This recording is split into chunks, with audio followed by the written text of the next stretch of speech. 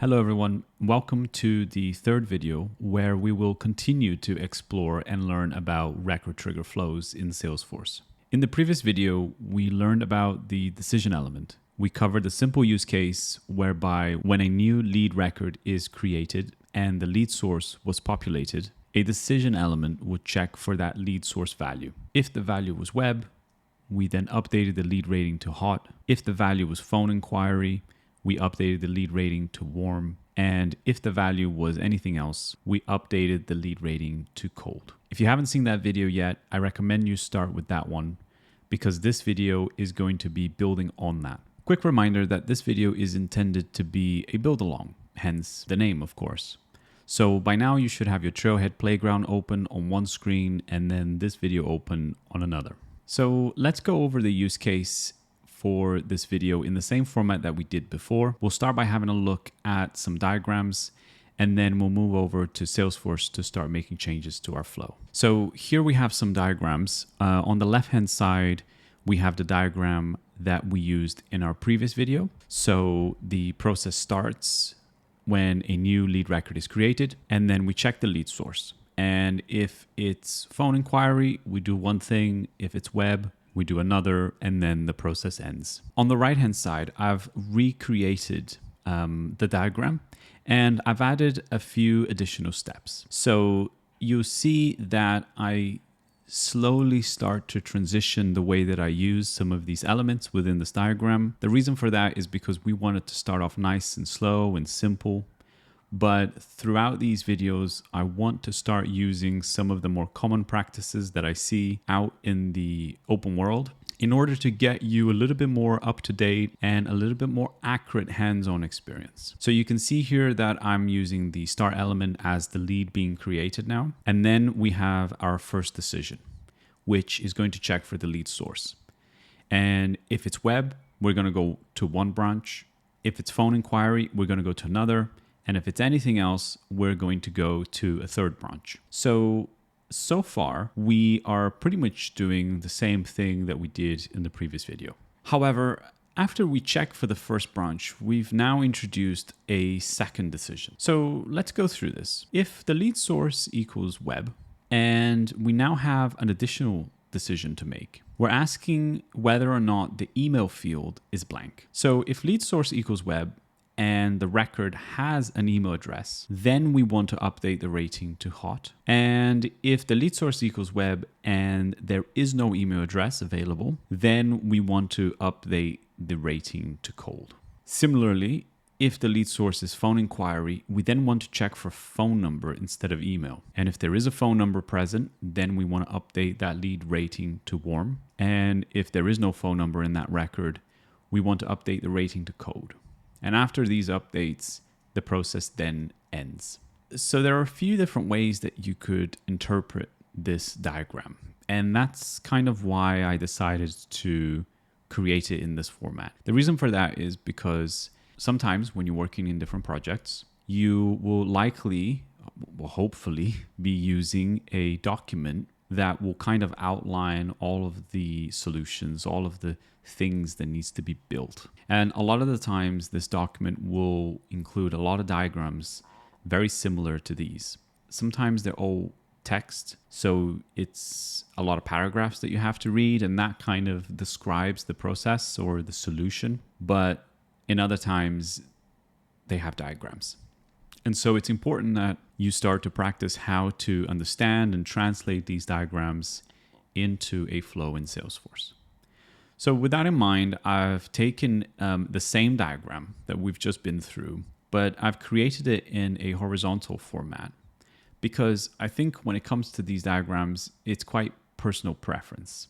Some people like to create them in a vertical format instead of a horizontal format because generally it fits better in an A4 page document, but some people like to do it in a horizontal format. And I think as well that some people like to read them in different formats. So depending on your personal preference, I have both of these diagrams in both of the formats just so we can all make sure that we understand what it is that we're trying to achieve. So again, we create the lead record here. We then have that first decision to check for that lead source. Then if the lead source is web and there is an email, we update the rating to hot. But if there is no email, we update that to cold. And then similarly, if it's phone inquiry and there is a phone number, we update the rating to warm. And if there's no phone number, then we update the rating to cold. If the lead source is not web or phone inquiry, if it's anything else, we go straight to cold. And then after all those updates, the process ends. So when I talk about how to translate these diagrams into a Salesforce flow, I think it's important that what we really understand is what we don't want to do. And that is, we don't want to copy one element at a time into a flow. Because what will happen is, if we try to recreate this exact thing into a flow builder, then you'll end up with quite a few decision elements in your flow. And eventually you'd get to the outcome. You'd get to either updating the record or just ending the process. But your flow will not look very good. It wouldn't perform very well, and it would be pretty far from best practices. So let me show you what I mean, because I've taken the initiative to actually build what I think is a copy and paste version of this diagram into a Salesforce flow. And I'll show you why that's not very good. And then I'll show you how to actually create a better version of it. And so hopefully that's the bit where you build along with me. So if I just jump into Salesforce here, I've used the same flow that we were using in the last video. And so currently our start element is just triggering when a lead record is created and the lead source is not empty. And then what we're doing is we have our first decision. This checks for the lead source, and then we have 3 branches, either web, phone inquiry, or the default outcome, which in our scenario captures any other value. Now, so far, if I go back to Lucidchart, so far, this is exactly what we built last week. So we have this decision here, and then we have these 2 possible outcomes, and then we introduced the 3rd one in the last video. Now, what we're doing after that initial decision branch is we're adding another decision. So if it's web, we then check for email. And if there is an email, we then carry out that update to the rating. And if there is no email, again, like I said in the last video, we just follow the line and we update the lead rating to cold. So back to the first decision. If it's phone inquiry, we then check for that phone number. If there is a phone number, we update the lead rating to warm. And if there is no phone number, we follow the line, we update the lead rating to cold, and then the process ends. And the 3rd outcome is if it's any other value for lead source, we do nothing, but we go straight to updating the lead rating to cold. So this is what the diagram is telling us to do. That flow is doing exactly what the diagram is telling us to do. It's got one decision on the top and then a decision within a decision, and then it does different things depending on the outcome. But this isn't really what I would consider to be a very well-built flow.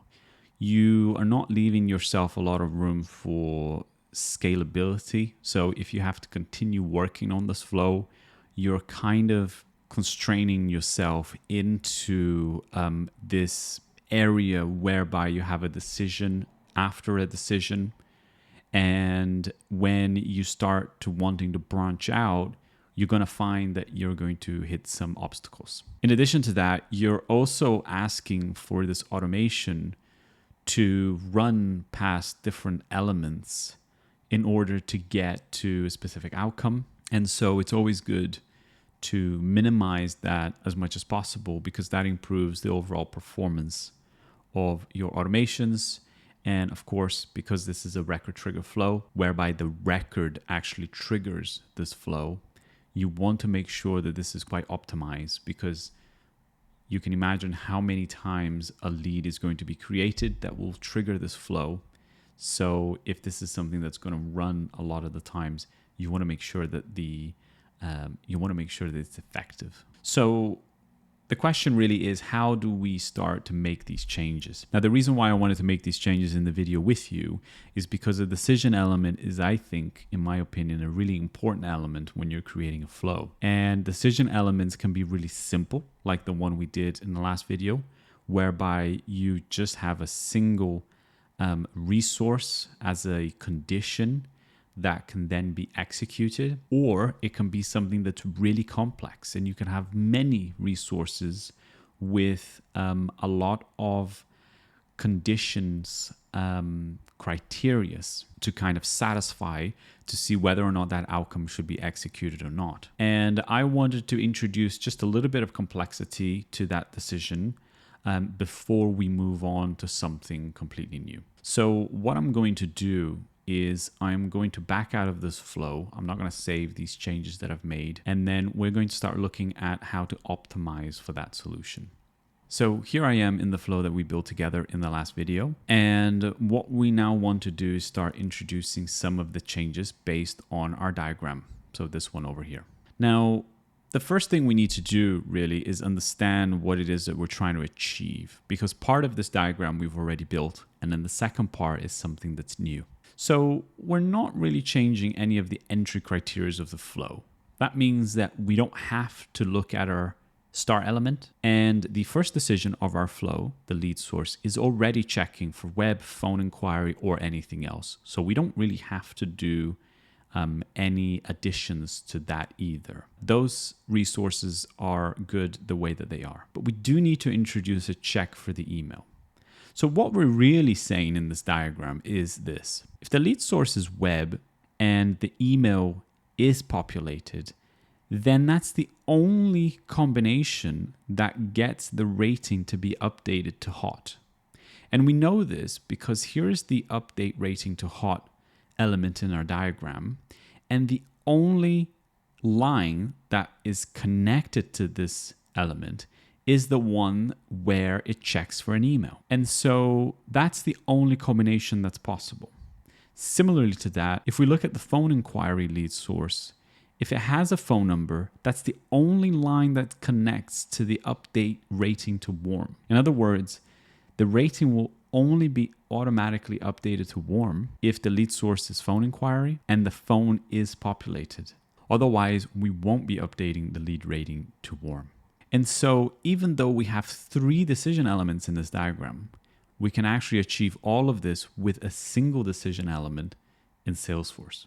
So we're going to jump into our flow, and the first thing we want to do is we're going to go into our decision element. It's currently called check for lead source. And if we look at the outcome options on the left-hand side, we have 3. We have web, phone inquiry, and default outcome. So under the web outcome, we already have a resource that checks that the lead resource equals web.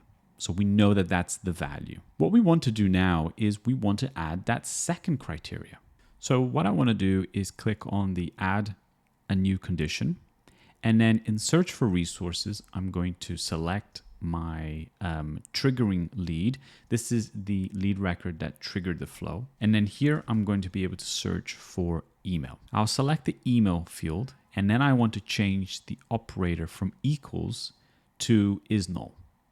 The reason I don't want equals is obviously because everybody will have a different email address. We can't know what they are, but is null is going to work great for us because we want to check whether it's empty or not. Now, is null operator works on the value of true or false. So is null is either true or it's false.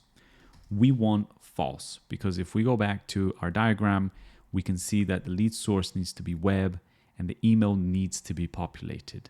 Therefore, when we're asking it if the email is empty, in other words, is null, that needs to be false to say it's not empty.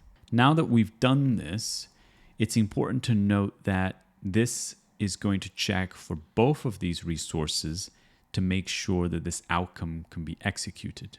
We know that because of the condition. We can either say that all conditions are met, and this is an AND option. We could say that any condition is met, so one or another, or we can use custom logic, where we can use and on top of that, we can use or. Now we want to use and you can see we're using and because there is an and here in bold next to this resource. So it's saying that lead source must be web and the triggering lead record email field must not be empty. Now, before we do anything else, we do want to change the label of this outcome because it doesn't quite match what we're doing anymore. So I'm going to put web and email. I'm going to change that API name just because this makes it a little bit more tidy And now when I'm reviewing my flow, I know exactly what this branch is doing. Now, what I suggest you do is pause this video, go to the phone inquiry outcome and try to add that second condition to the phone inquiry outcome yourself.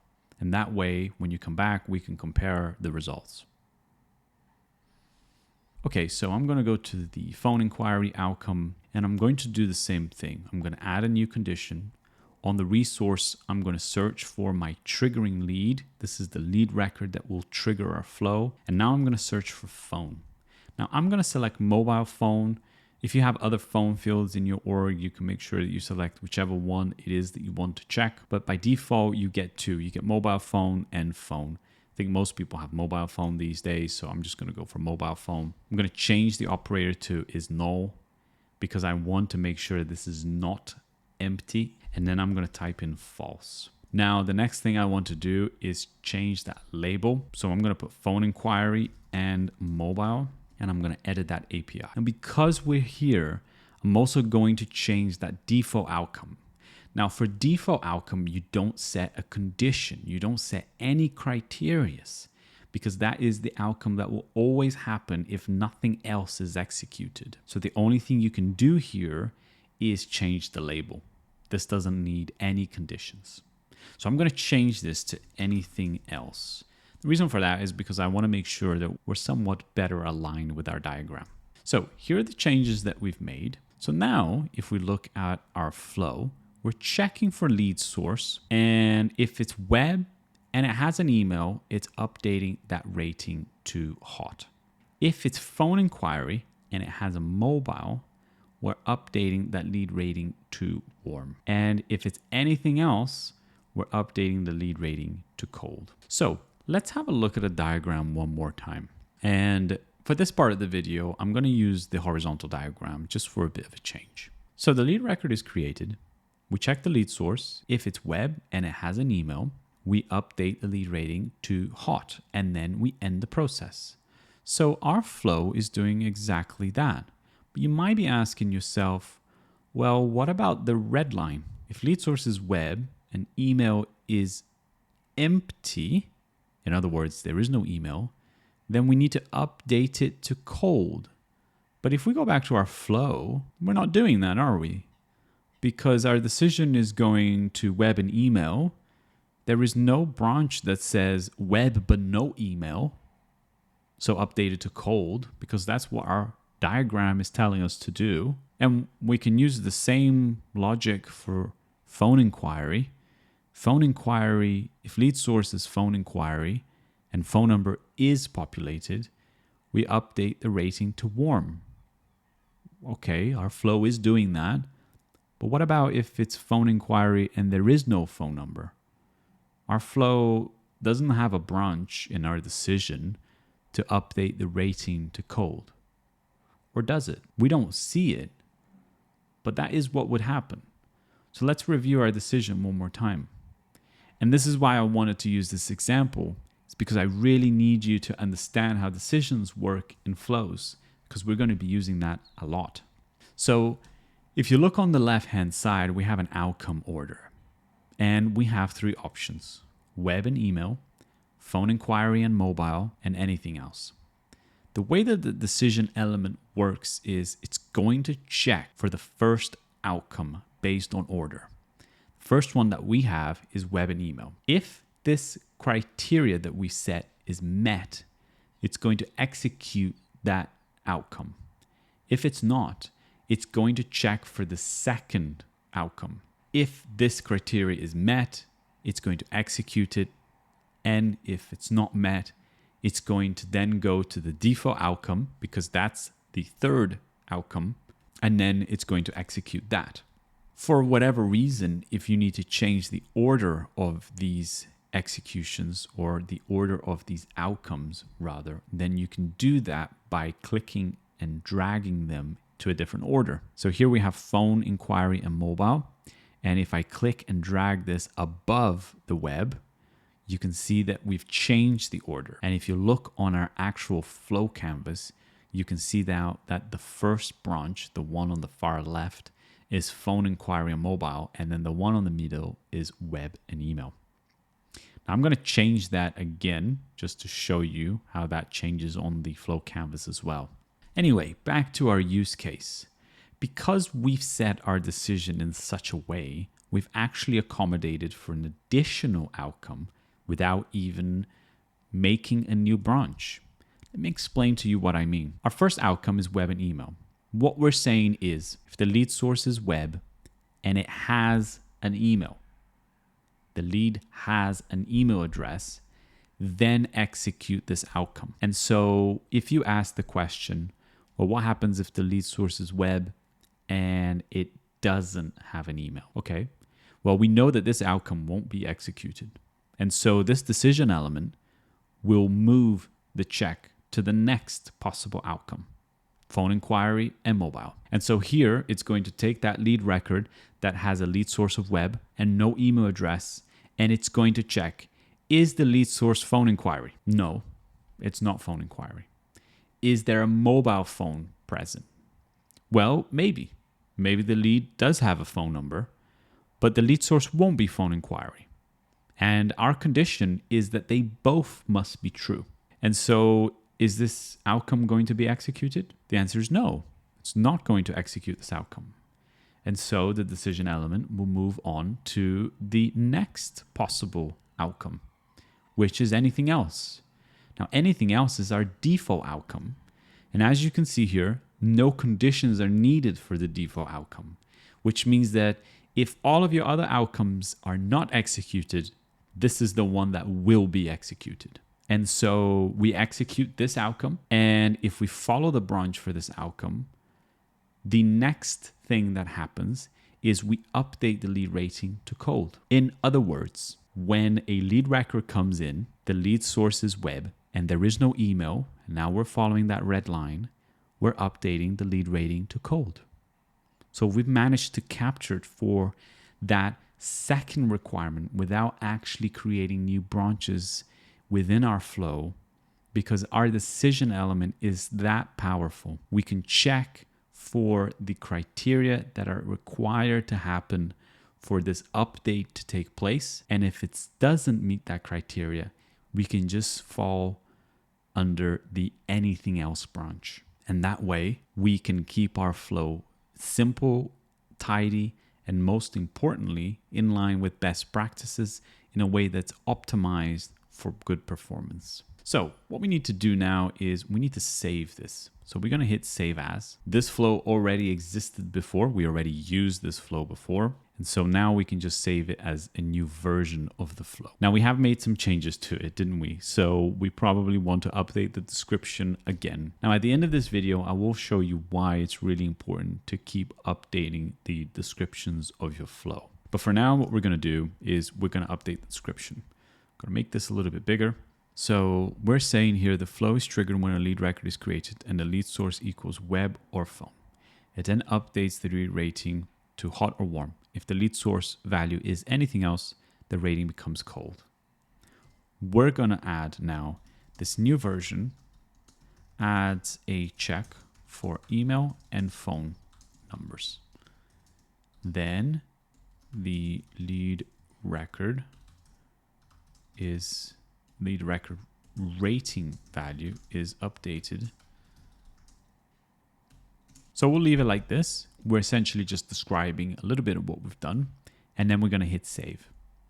After this flow saves, what we're going to do is we're going to test. Now, again, we're not going to use the debug just yet because I don't want to introduce you to too many things in one go. As you know, these videos are intended for complete beginners, so we're really going to take it slow. With that in mind, we're just going to activate the flow and then we're going to test our flow. The reason we're doing this is, number one, like I said, we're beginners and so we want to keep things simple. But number two, this is a Trailhead playground. There is no real data here. There's no customers or agents or anybody working in this environment but us, and it's purely for training purposes. So that's why we're doing it this way. So we go ahead and hit activate. Now this flow is activated. We can see that there's a banner, green banner on the top, and this icon has turned green from gray and this is active. So what we want to do is we want to go back to our sales app, and we want to go to the leads object, and we want to create a new lead. So let's create a new lead. We'll call this tests lead 7. And what we'll do is we'll add a lead source of web, and we won't add a rating, and we won't add an email address. And so the outcome should be that the rating will be cold. And as we can see here, we have a lead source of web, lead record, and the rating is cold. So far that's good. If we look at our flow, we can see that the lead source is web, there was no email, and so we updated it to cold. So that's working as intended. Now I'm going to create another lead record. We call it tests lead 8. And I'm going to update the lead source to web, and I'm going to add an email address. So testemail.com. And I'm not going to add a rating. So rating is going to be empty, and I'm going to hit save. And we can see here that we have a lead record of lead source web, and the email is populated and the rating is hot. So if we go back to our diagram and we follow that process, we have a lead source of web, we have an email in the record, and so we updated the rating to hot. So we can see that that's working. Now, what I would really like for you to do is, again, to pause this video and create more lead records to test for all of the other possible scenarios. And you should do that until you're satisfied that your automation is working exactly as we intended. Okay, so assuming that you've done your tests and you're happy with the results, then what I want to do is just to take a few quick seconds to have a look at why editing your flow descriptions every time you make a new version is really important. So if we go to setup and we search for flows, and then what we want to do is we want to find our flow. Now, as we know, we have a naming convention that starts with the object name. So we know to look for leads first, and here it is, lead. And what we want to do is we want to click on this little drop down, and we want to click view details and versions. And here you can see we have 3 versions of the flow. We've made each of these versions in one of these videos in this series. The first one, we can see here that it's just a basic format where the flow is triggered when a lead record is created and the lead source equals web. It then updates the rating to equal hot. The second version, however, introduced a little bit more logic to this and actually introduced the lead source of web or phone inquiry and the rating value of hot and warm and cold on top of that as well. Now, the third version of this flow, which is this video, says that this new version adds a check for email and phone numbers.